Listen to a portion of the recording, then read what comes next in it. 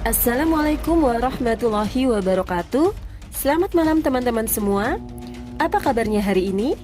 Sudah siap untuk menyimak pembelajaran prakarya kali ini? Pastikan kalian sudah menyiapkan buku dan alat tulisnya, dan jangan lupa berdoa dulu ya sebelum kita memulai belajar. Pada malam hari ini kita akan sama-sama membahas materi pada modul 12, yaitu tentang pengolahan produk minuman hasil peternakan dan perikanan. Pengolahan produk minuman hasil peternakan dan perikanan ini merupakan materi kelas 8 untuk pendidikan kesetaraan paket B. Sebelum Ibu membahas materi ini lebih lanjut, Ibu ingin bertanya kepada kalian, pernahkah kalian minum susu, es krim, es campur rumput laut, atau cendol lele? Nah, jika kalian pernah mengkonsumsi salah satu di antara itu, maka kalian sudah pernah minum salah satu produk minuman hasil dari peternakan dan perikanan. Pertama-tama Ibu akan menjelaskan arti dari minuman. Teman-teman, kita sebagai makhluk hidup tidak bisa terlepas dari kebutuhan mendasar, yaitu makan dan minum. Tanpa makan, manusia bisa mati karena kelaparan. Begitu juga tanpa minum, manusia bisa mati karena dehidrasi. Jadi, keduanya memiliki peran yang sangat penting untuk manusia bisa bertahan hidup. Jadi, apa itu definisi dari minuman? Ya, minuman dapat didefinisikan sebagai setiap cairan yang dapat diminum. Setelah kita mengetahui pengertian dari minuman, maka sekarang kita akan mengetahui apa saja sih fungsi dari minuman bagi manusia. Nah, teman-teman, fungsi minuman bagi manusia diantaranya adalah: pertama, untuk menghilangkan rasa haus atau dahaga. Yang kedua, untuk merangsang nafsu makan. Yang ketiga, untuk menghangatkan tubuh. Ini terutama untuk minuman hangat ya, seperti jahe hangat dan lain sebagainya. Yang keempat adalah untuk menambah kalori dan energi. Dan yang terakhir adalah membantu pencernaan. Seiring dengan kemajuan teknologi, maka minuman yang ditawarkan pun semakin beragam dan bervariasi. Dengan banyaknya jenis minuman, maka kita harus mengetahui berbagai pengetahuan tentang jenis minuman tersebut. Pastikan minuman yang kalian konsumsi aman dan mengandung nilai gizi yang tinggi. Di antara minuman yang menyehatkan tersebut, salah satunya adalah produk minuman hasil dari peternakan dan perikanan. Apa saja sih minuman produk hasil peternakan dan perikanan tersebut? Minuman hasil peternakan antara lain, pertama adalah susu. Susu merupakan cairan berbentuk koloid, agak kental, berwarna putih sampai kuning. Itu tergantung dari jenis hewan serta makanannya dan jumlah lemaknya. Adapun jenis-jenis susu antara lain adalah susu segar atau fresh milk dan susu bubuk atau powder milk. Susu segar adalah susu yang diambil langsung dari binatang betina seperti sapi, kerbau, kambing, unta, dan biri-biri. Sedangkan susu bubuk adalah susu yang dibuat dari susu segar yang dikeringkan melalui penguapan dengan menambahkan beberapa zat, vitamin, dan protein. Selain dapat dikonsumsi langsung, susu juga dapat diolah menjadi beberapa produk. Di antaranya, pertama adalah es krim. Es krim merupakan produk olahan susu yang memiliki tekstur lembut, mudah mencair di dalam mulut, dan memiliki rasa yang manis dengan berbagai aroma.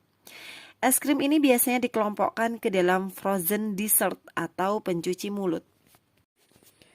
Yang kedua adalah yogurt. Yogurt merupakan susu yang dibuat melalui fermentasi bakteri. Pembuatan yogurt dilakukan dengan menginokulasi campuran bakteri Streptococcus thermophilus dan Lactobacillus bulgaricus ke dalam susu dan difermentasikan pada suhu hangat. Setelah membahas minuman hasil peternakan, maka sekarang kita akan membahas minuman hasil perikanan. Apa saja sih minuman hasil perikanan? Minuman hasil perikanan dibagi menjadi dua, yaitu minuman berbahan dasar rumput laut dan minuman berbahan dasar ikan. Pertama-tama kita akan membahas mengenai minuman berbahan dasar rumput laut. Beberapa produk olahan minuman berbahan dasar rumput laut antara lain 1. Cendol rumput laut. Cendol rumput laut merupakan minuman yang disajikan dengan komposisi tertentu. Rumput laut sebagai sumber serat dilengkapi dengan cairan pati dan gula merah. Yang kedua adalah nata rumput laut. Nata rumput laut merupakan salah satu produk minuman yang dibuat dengan cara merendam rumput laut kering ke dalam air tawar, kemudian diblender dan disaring. Hasil penyaringan dimasak dengan penambahan gula dan asam cuka, dan setelah didinginkan ditambah dengan asetobakterium dan diaduk rata. Kemudian disimpan selama 10 hingga 15 hari. Setelah selesai waktu penyimpanan, maka nata dicuci dengan air bersih sampai bau asam hilang. Kemudian dipotong dadu dan dimasukkan ke dalam larutan gula atau sirup dan ditambah dengan esens atau perasa dan pewarna yang selanjutnya bisa dikemas. Yang ketiga adalah minuman rumput laut. Minuman rumput laut dibuat dengan cara merendam rumput laut kering selama 2 hingga 3 hari dengan tawas atau kapur sirih. Setelah selesai waktu penyimpanan, maka dilakukan pencucian, penirisan, dan pemotongan dengan ukuran 3 hingga 4 cm. Masukkan potongan rumput laut ke dalam larutan gula yang telah diberi asam sitrat, natrium benzoat, dan pewarna dan perasa dengan perbandingan 1:1. Kemudian lakukan pengemasan. Yang keempat adalah es campur rumput laut. Es campur rumput laut merupakan minuman yang dibuat dari santan kelapa dan susu. Biasanya es rumput laut dilengkapi dengan berbagai macam bahan isian seperti rumput laut, cincau hitam, jeli, nata de coco, buah melon, dan kolang-kaling. Minuman hasil perikanan lainnya adalah minuman yang berbahan dasar dari ikan. Yang pertama adalah cendol lele. Cendol lele adalah cendol yang terbuat dari daging lele sebagai bahan tambahannya dalam pembuatannya. Cendol dari daging lele ini memiliki warna dan kekenyalan seperti cendol biasanya. Cita rasa cendol lele ini lebih gurih dan mengandung protein yang sangat tinggi. Yang kedua adalah cendol ikan patin. Cendol ikan patin terbuat dari bahan seperti cendol ikan lele, namun daging ikan lele diganti dengan daging ikan patin. Setelah kita mengetahui jenis-jenis minuman hasil peternakan maupun perikanan, sekarang kita akan mengetahui manfaat dari minuman tersebut. Pertama, manfaat dari minuman hasil peternakan yang bahan utamanya merupakan dari susu ya. Jadi manfaatnya adalah membantu pertumbuhan tulang, menyehatkan jantung, menurunkan resiko kanker, membantu pembentukan massa otot, mencegah gigi berlubang, mencegah diabetes, dan lain sebagainya. Sedangkan manfaat dari minuman hasil perikanan adalah: pertama, membantu menjaga daya tahan tubuh. Kedua, membantu perkembangan, pertumbuhan, dan kecerdasan otak. Setelah kita mengetahui jenis-jenis minuman hasil peternakan maupun perikanan, nah, dalam proses pengolahannya tersebut, ada beberapa teknik yang perlu kalian ketahui. Antara lain, yang pertama adalah merebus. Merebus adalah melunakkan atau mematangkan bahan makanan dalam cairan yang sedang mendidih. Yang kedua adalah menghaluskan, yaitu membuat bahan menjadi halus dengan bantuan alat seperti blender, parutan, maupun dengan cara diulek. Yang ketiga adalah mencampur. Mencampur yaitu menyatukan bahan pangan menjadi tercampur rata. Yang terakhir adalah menyaring atau memeras, yaitu membuat bahan menjadi halus dengan alat penyaringan, baik dari saringan kawat atau kain penyaring, supaya diperoleh cairan yang jernih. Nah, berikut Ibu berikan resep atau contoh pengolahan minuman hasil peternakan, yaitu resep es krim.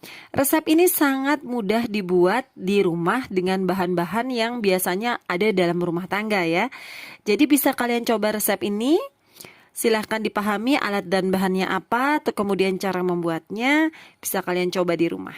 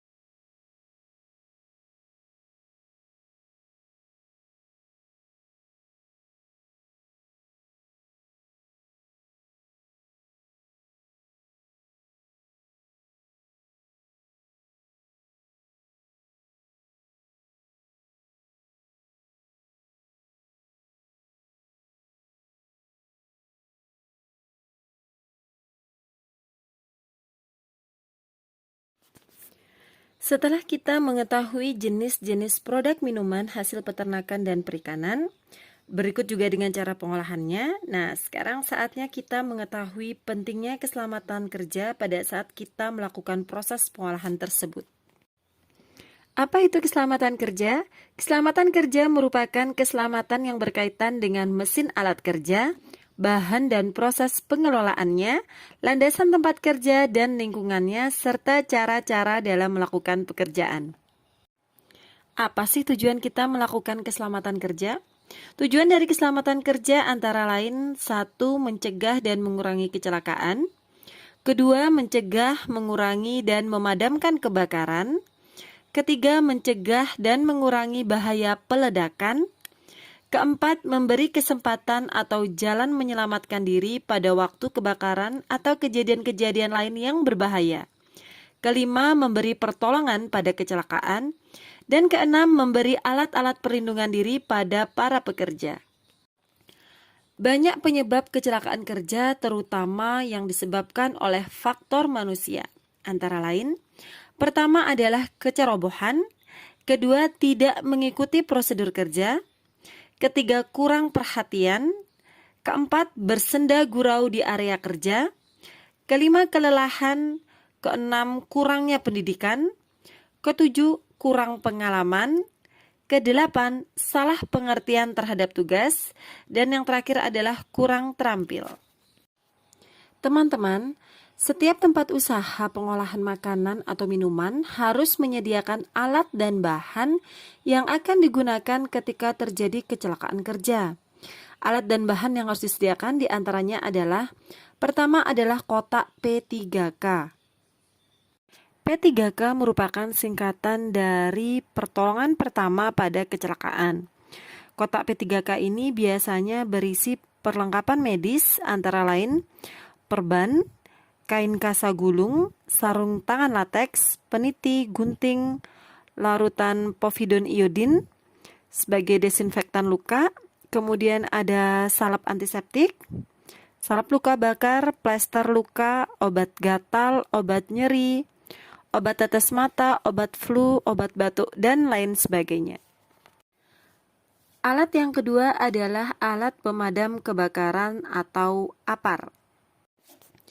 Tidak hanya tempat kerja saja yang harus memiliki minimal 2 alat dan bahan keselamatan kerja, tetapi bagian tubuh pekerja atau kita juga harus dilindungi dan dijaga sanitasi higienisnya atau cara menjaga kesehatan. Nah, untuk mendukung personal higienis, maka setiap pekerja harus memakai alat pelindung diri atau yang biasa kita sebut dengan APD. APD terdiri dari: pertama adalah topi penutup.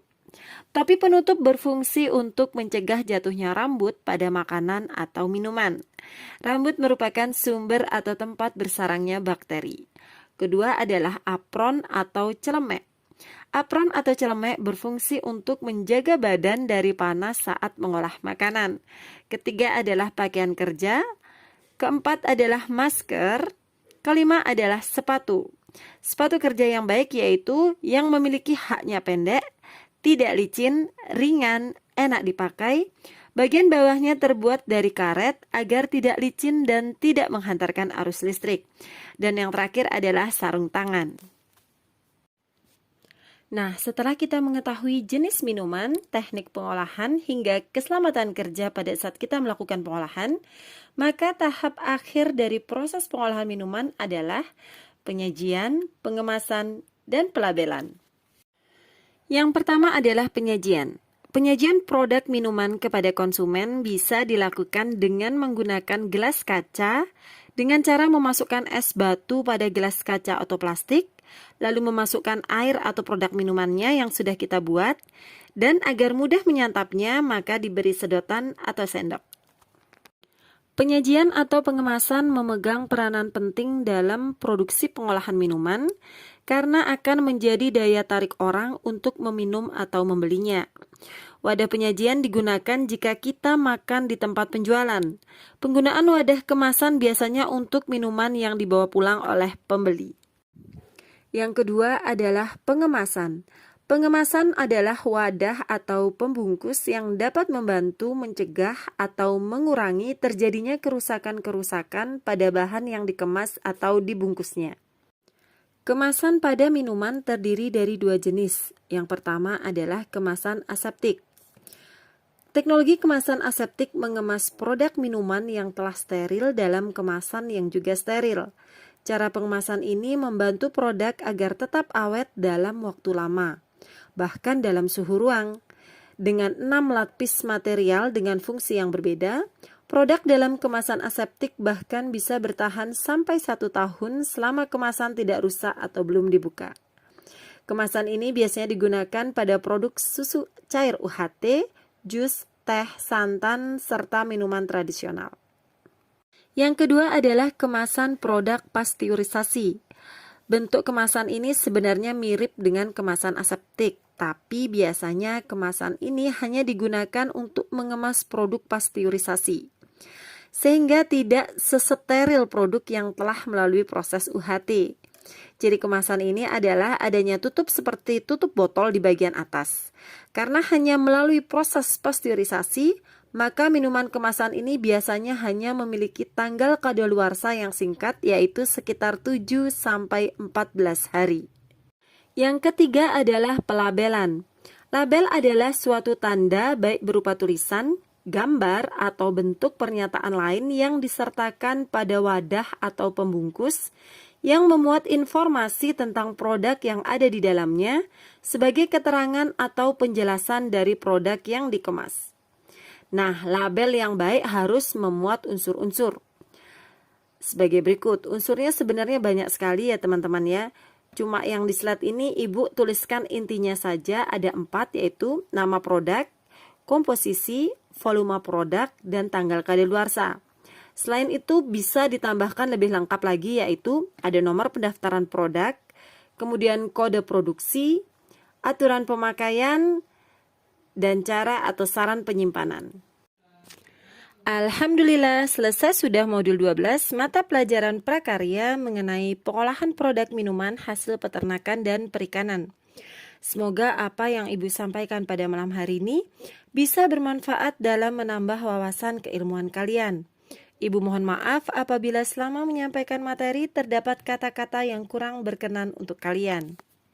Sekian dan terima kasih. Sampai jumpa pada materi berikutnya. Selamat malam dan wassalamualaikum warahmatullahi wabarakatuh.